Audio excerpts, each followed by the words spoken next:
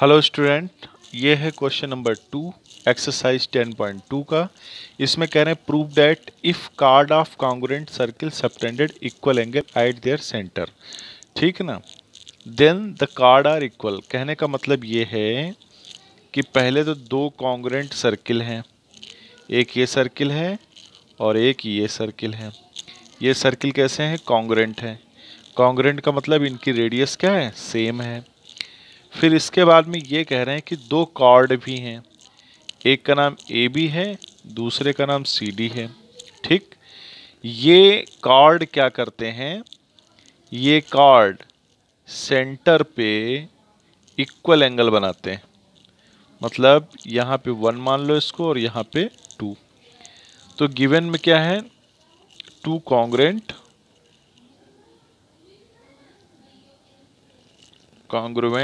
Circle. इसका मतलब same radius, same radius. दूसरी बात क्या है कि जो ये एंगल 1 और एंगल 2, ये जो कॉर्ड हैं ये सेंटर पे इक्वल एंगल बना रहे हैं। ठीक, तो तुम्हें ये प्रूफ करना है कि A B is equal to C D. जो अभी हमने पहला क्वेश्चन पढ़ा था ना, उसका जस्ट अपोजिट है। उसमें क्या था? कॉर्ड इक्वल थे, हमें एंगल इनके द्वारा बताना था कि एंगल दोनों इक्वल हैं। यहाँ पे क्या है? एंगल इक्वल दिए हैं, तुम्हें कॉर्ड के बारे में बताना है। ठीक है ना। अब प्रूफ में आ जाते हैं बेटा। पहले इस क्वेश्चन को देख लो, अब प्रूफ में आ जाते हैं। प्रूफ कैसे करेंगे? In triangle A O B and triangle C O dash D. ठीक, क्या हो जाएगा?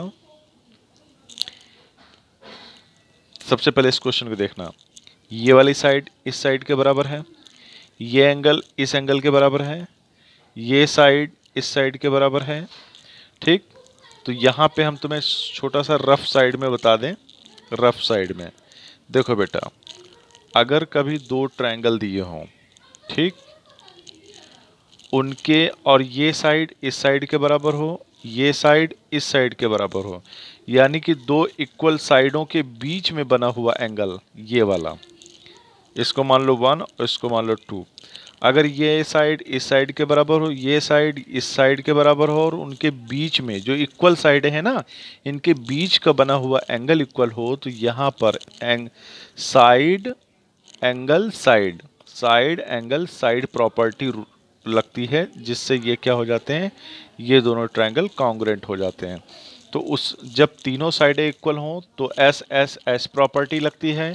जब दो साइडें और उनके बीच में बना हुआ एंगल इक्वल हो तो साइड एंगल साइड रूल लगता है। ठीक है ना बेटा।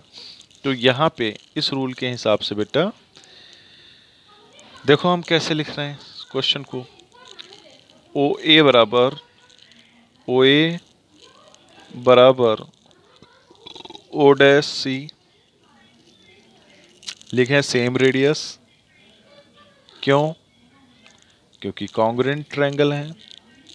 उसके बाद में एंगल 1 इक्वल टू एंगल 2, ये क्या है? गिवन है।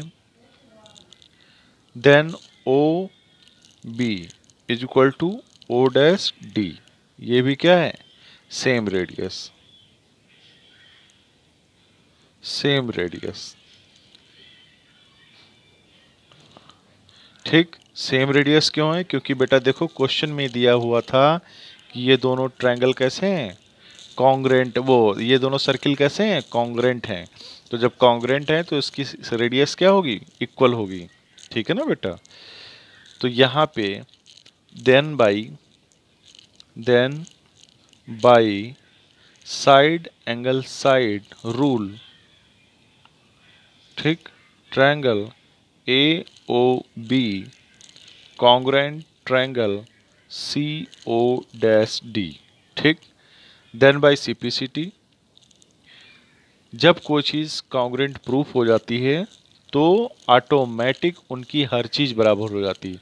अभी पता लग गया कि ये ट्रायंगल इस ट्रायंगल के कॉन्ग्रुएंट है, तो इसका मतलब ए बी भी किसके बराबर होगा? सी डी के। तो हमें यहाँ पे सिंपल लिखना है कि A B is equal to C D, और ये भी प्रूव्ड हो गया। ठीक है ना बेटा। ये भी प्रूव्ड हो गया। तो लास्ट में यही कहेंगे कि बेटा इस वीडियो को कई बार देखना, कई बार मतलब 2-3 बार तुम देखना, आराम से समझ में आ जाएगा। नहीं समझ में आता तो कमेंट में जा कर के अपनी बात लिखो कि सर मुझे इस पॉइंट पे समझ में नहीं आया, तो मैं उसको दोबारा अच्छे से समझाऊंगा और फिर ज़रूरत पड़ेगी तो तुम्हें कॉल भी कर लेंगे फ़ोन से, ठीक है ना। तुम्हें समझा देंगे तुम्हें दिक्कत क्या आ रही है, चाहोगे तो हमें फ़ोन भी कर लोगे, ठीक है ना। लेकिन सबसे पहले पढ़ो और समझने की कोशिश करो, कम से कम 2 से 3 बार इस वीडियो को देखो आराम से। उसके बाद भी अगर डाउट रह जाते हैं तो तुम कमेंट बॉक्स में अपना नंबर डालना और हम तुमसे बात करेंगे, ठीक है ना, फिर तुम्हें वो चीज़ समझा देंगे, ठीक है बेटा। लेकिन इसको देखने के साथ में बेटा अगर तुमने इस चैनल को अब तक सब्सक्राइब नहीं किया तो प्लीज़ चैनल को सबसे पहले सब्सक्राइब कर लिया करो, और वीडियो जब भी देखना तब भी इसको सबसे पहले डाउनलोड कर लेना, तब देखना। क्योंकि जब डाउनलोड हो जाता है ना वीडियो, तो वीडियो की क्वालिटी अच्छी आती है, ठीक है बेटा, वैसे दिक्कत होती थोड़ी सी।